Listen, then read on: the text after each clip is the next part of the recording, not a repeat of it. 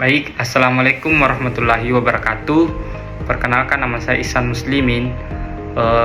Di sini saya akan memenuhi tugas dari pendidikan, kepelatihan, dan olahraga tentang mencari, mereview jurnal internasional maupun nasional terkait dengan kondisi fisik dan juga kondisi mental dengan bandingan 70/30%. Mungkin seperti itu.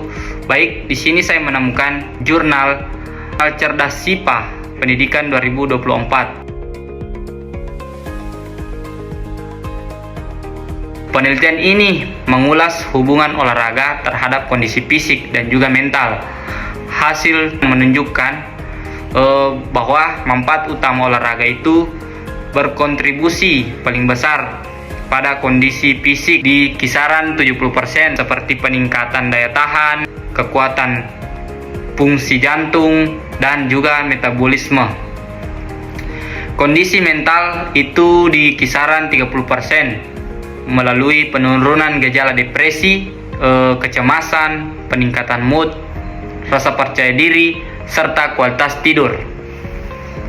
Efek mental ini menonjol apabila disertai frekuensi dan intensitas aktivitas yang tepat serta dukungan sosial. Yang dimaksud dengan frekuensi intensitas aktivitas itu seperti frekuensi dalam melakukan olahraga itu mungkin dalam kisaran 1 minggu itu kita bisa melakukan 3 kali olahraga yang kita sukai, mungkin jogging atau mungkin lebih ke hobi seperti saya bermain takraw. Kemudian intensitasnya itu kita mengetahui bahwasanya tubuh kita ini kapan mencapai batas dari tubuh kita ini sehingga kita tidak terlalu memaksakan pada saat kita berolahraga jogging selama 1 jam. Tetapi jika kita memaksakan hal tersebut, kita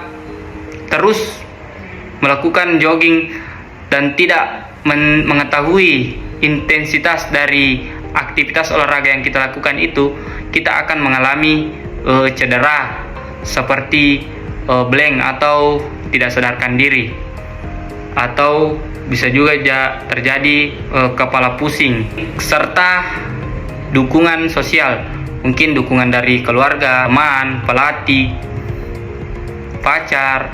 Baik, resiko yang perlu kita waspadai pada saat beraktivitas olahraga itu seperti cedera fisik, mungkin cedera ankle, tekanan berkompetisi, itu juga mempengaruhi ke mental. Pada saat kita berkompetisi, mungkin kita ada tekanan tersendiri dalam diri kita, mungkin demam panggung atau tidak percaya diri, mungkin seperti itu, dan burnout, terutama pada atlet intensif. Baik, analisis perbedaan kondisi fisik dan mental dapat disimpulkan bahwa perbedaan kontribusi antara kondisi fisik dan juga mental memang telah terbukti nyata secara empiris atau sudah dilakukan penelitian, pengamatan, dan juga dilakukan observasi dan terbukti secara nyata. Aktivitas fisik dan olahraga memberikan pengaruh utama mayoritas pada peningkatan fisik, sedangkan kesehatan mental meskipun terkena dampak positif lebih bersifat pelengkap dan pendukung keberlanjutan program. Efek terhadap mental dapat dioptimalkan dengan memadukan latihan fisik bersama program pendukung mental melalui relaksasi, visualisasi, dan juga manajemen stres. Relaksasi itu seperti meditasi, kemudian visualisasi itu kita meninjau atau cari referensi tentang gerakan atau olahraga yang kita tekuni, kemudian kita menganalisis gerakan yang benar, kemudian kita praktikkan mungkin seperti itu dari visualisasi. Kemudian manajemen stres itu menjaga pola makan, menjaga pola tidur, kemudian meningkatkan kepercayaan diri. Baik, saran dari penelitian ini, mungkin program latihan sebaiknya didesain dengan porsi aktivitas fisik di 70% dan intervensi dukungan mental itu 30%. Contohnya, latihan fisik utama dipadukan dengan sesi fullness, mungkin meditasi seperti itu.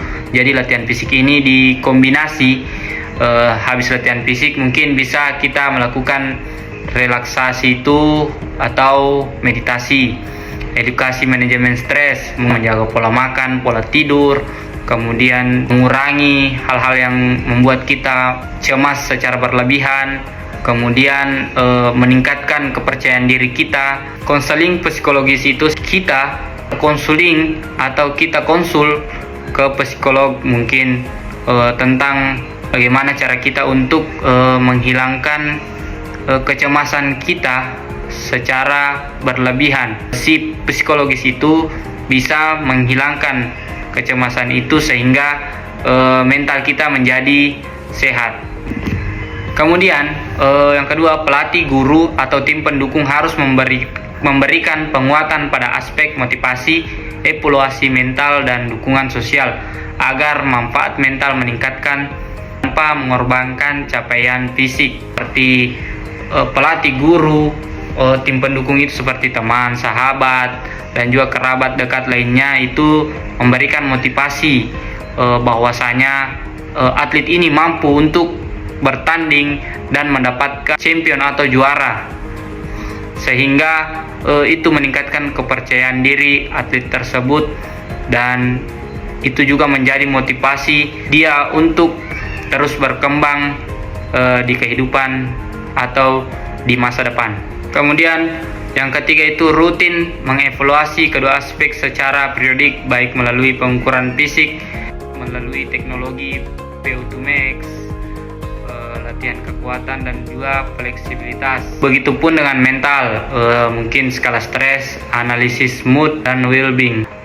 Kita itu harus rutin terhadap apa yang sudah kita tekuni sebagai seorang atlet, bahwasanya itu pasti kita akan mempunyai atau merasakan yang namanya perkembangan, baik itu perkembangan dari diri sendiri maupun perkembangan dari aspek olahraga tersebut. Jadi untuk mengevaluasinya mungkin kita menggunakan teknologi seperti VO2 Max untuk mengukur kekuatan dan juga fleksibilitas. Mungkin kalau untuk skala stres atau mental itu berpacu ke konseling psikologis, mungkin seperti itu. Baik, mungkin itu saja tugas review jurnal tentang perbedaan kondisi fisik dan juga kondisi mental dari saya. Kurang lebihnya mohon dimaafkan. Wabillahi taufiq wa hidayah. Wassalamualaikum warahmatullahi wabarakatuh. Dan salam olahraga jaya.